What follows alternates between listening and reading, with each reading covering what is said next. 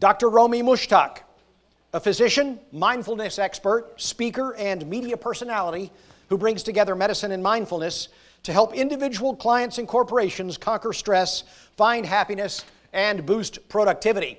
She's a traditionally trained neurologist with additional board certification in integrative medicine. Dr. Romie's expertise has been featured on TED Talks, very regularly on Fox News, NBC, NPR, The Huffington Post, and dozens of other national media outlets. Please welcome our homie, Dr. Romie.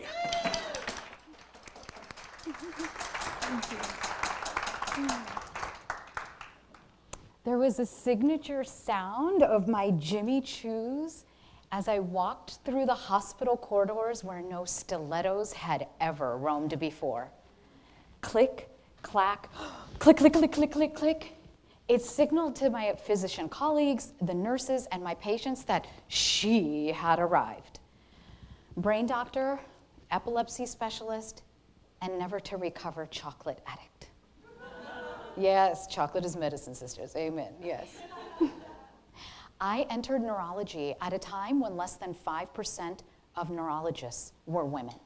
I knew very quickly to keep my head down, keep my heels on, and stay laser focused. The truth of the matter was, I was very overwhelmed with the 80 to 90-hour sleep-deprived work weeks.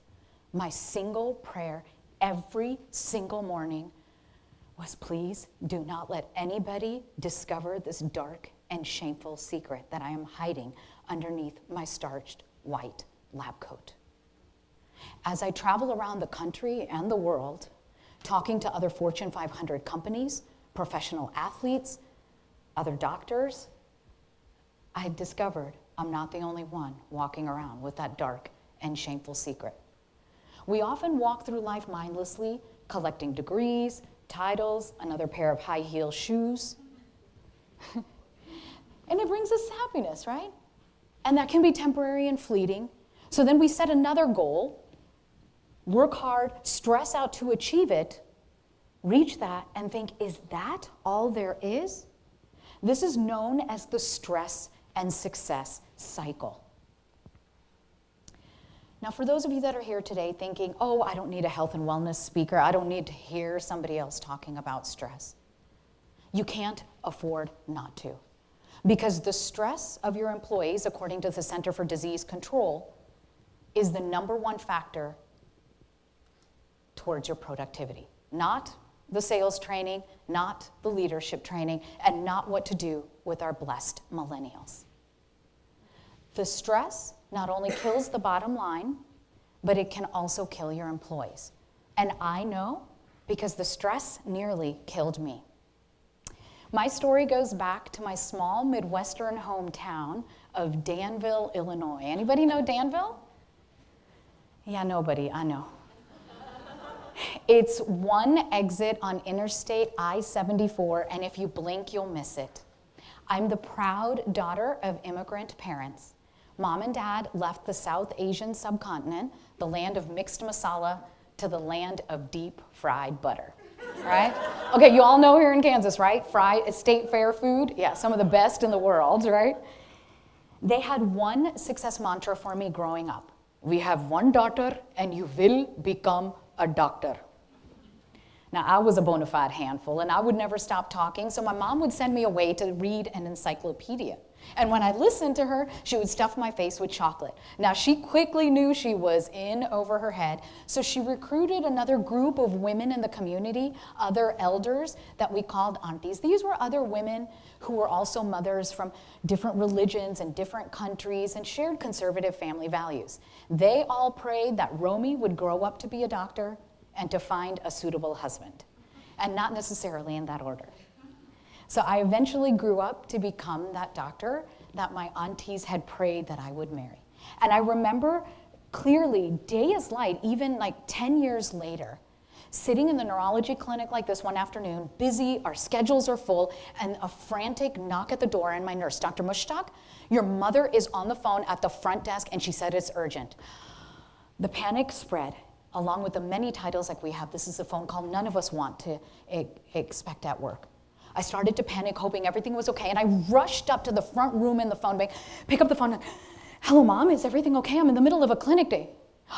Romie, beta, all your aunties came over for a chai ceremony this afternoon. I finally got Romie on the phone. Everybody say hello. Oh, hell. I knew she wasn't in trouble. I was. My aunties bellow out from the background. Hi, Romie beta. Hello, darling. Oh my God, a full professor now. Did you find a husband in the hospital today? Mom, I'm in clinic and everybody is staring. Can I call you back later? No. You must listen.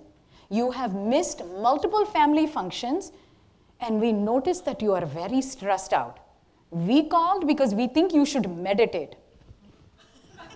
You called me in the middle of the workday to tell me I have to meditate? I know you're busy. Your auntie Deepa will call you at 7:30 tonight.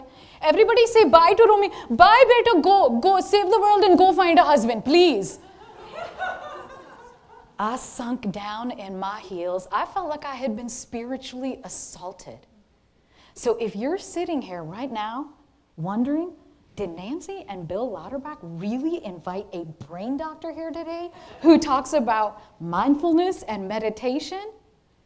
Take a deep breath with me and trust that there is a message that your mind needs to hear and something that your heart needs to feel. My story progressed further that I started to notice with the stress, my dark secret was coming a little bit more public. My performance as a physician was honestly starting to suffer. I started to have this really severe chest pain. I was responsible. I went to the doctor. They're like, girl, you're type A personality. Here are some antacids. Stop eating the chocolate. It didn't get better. I went back on the chocolate.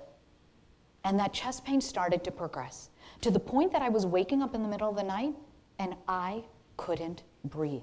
I was choking on my own saliva and vomit. It took a few years to diagnose that I have a rare medical disorder known as achalasia. But what was worse was because of my inability to manage my stress and the chronic sleep deprivation, I was not only one of the youngest case these experts had seen, but one of the worst. And by the time I was shuffled into urgent surgery, I already had precancerous changes. I went home after surgery and finally listened to my mom and my aunties, and I started to meditate and do yoga, and I noticed I didn't need those post-operative addictive pain medications, and that dark shame of depression and what they label as physician burnout started to drift away. And that sent me on a journey around the world. I wanted to understand, what is mindfulness? What is meditation? Does yoga really work? And the results were astounding, not only in my personal health. As I came back and I started to do the research, I realized that there's something that most of us doctors and nurses and psychologists never learn in our training to heal other clients. So I came back and figured, how do I bring this world together of Western medicine and Eastern wisdom to help us brain up? Now, at this point in the keynote lecture, if you're here to brain up and learn the 3 mindful steps to conquering stress and becoming a more mindful leader, I'm going to talk to you about the brain science of the stress and success cycle, because brain science is sexy, right? I grew up reading encyclopedias, give me a break, right? We also walk through a step-by-step personalized prescription for the audience members so they can understand where they are in the stress cycle and take a personalized prescription home to start working on that day. That includes a guided group meditation. The other place that gives me great honor to work and how we shift cultures and bring ideas forward is not by wondering how we can be the next Stephen Jobs or the next Google. It's by being that. Nothing gives me greater pleasure than Katie to work with engineers, lawyers, other analytical thinking, finances. And we sit through and walk through PAWS, Mind Hacks for Creativity and Innovation, where we learn how the brain works and how in that moment to shift out of a multitasking mind into the flow of creative and innovative thinking. But this isn't really all of the reason of why I do what I do. I have to admit, juggling a part-time practice, a full-time media career, and a full-time speaking career kind of became a little mindless this summer, shuffling from one airport to another television station, and I got that phone call. Earlier this year, Nancy and Gina had booked me here in Wichita, Kansas to speak at a women's fair. And there happened to be a doctor in the audience who heard my story, physician burnout. And there's typically about a line of an hour to 2 hours worth of people sharing their stories with me afterwards. And I barely remember talking to this doctor and about that there's no shame in getting mental health and where to guide her next. And a month ago, I get the phone call to say, you probably don't remember meeting me in Wichita, but the day you talked to me and allowed me a safe place to talk about why doctors and other professionals like us aren't able to go get mental health, I was suicidal. I talked to you and realized that there is a better way to live without the addictive pain medications, alcohol. She sought the mental help and now is working towards how to shift the culture of her hospital. This is a story I hear over and over, not only from other doctors and dentists and lawyers. Now, why do I give that list, dentist, lawyer, doctor, and then corporate executives, in that order? One, we are the most judged, often harshly, professions, and rightfully so at times. But we're also the 4 most likely groups to commit suicide. So when we want to talk about impact and changing culture, it starts within, in our minds and in our spirits. I realized later that on this journey called life, it wasn't that I chose this mission, but this mission chose me. And that if I was going to move forward, I was going to have to step out of the doctor's clinic, where it is still an honor to work with high-achieving individuals one-on-one, and start reaching larger audiences. One such audience is one of my favorite companies, Evolution Hospitality. The company that is shifting and changing like every other company wants to see. Answering those tough questions. How do we cater to millennials? How do we help our sales force?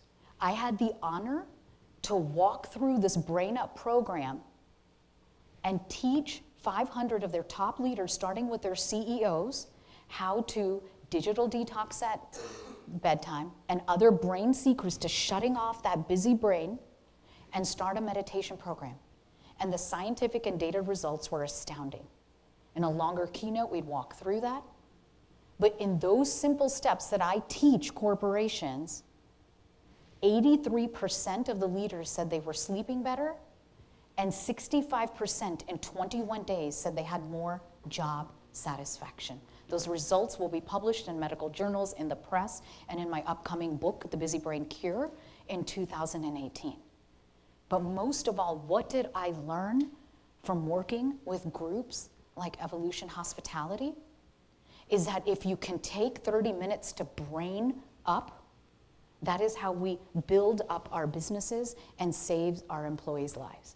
I often get asked after I'm done speaking, so you talk about meditation, Dr. Romie, do you really meditate every day? My speaking and media relations team will tell you my entire daily schedule is built around this. If there's a 6 a.m. flight out of Orlando, I'm up at 3 a.m. to start to pray and meditate. Why? Because 7 years ago, when I was at the University of Washington, Seattle, with my amazing cardiothoracic surgery team that saved my life, the prognosis was doom and gloom. I was supposed to be going in for one of multiple surgeries, and the only thing they were talking to me about was disability, chemotherapy, and death. And yet, by implementing these integrative medicine and mindfulness and meditation techniques, I stand here today healthier at 43 than when I was 23 and in medical school. Why I'm asking all of you to consider to brain up and bring mindful leadership and meditation to your organizations, to your events, is because simply you will save a life. And by the way, if you are stressed out and you're not going to listen, we will call you in your office. 4 o'clock in the afternoon, I am going to hire Morrison to sing country music on top of it.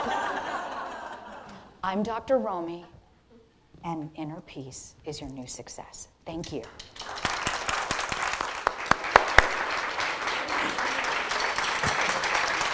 Our homie, Dr. Romie.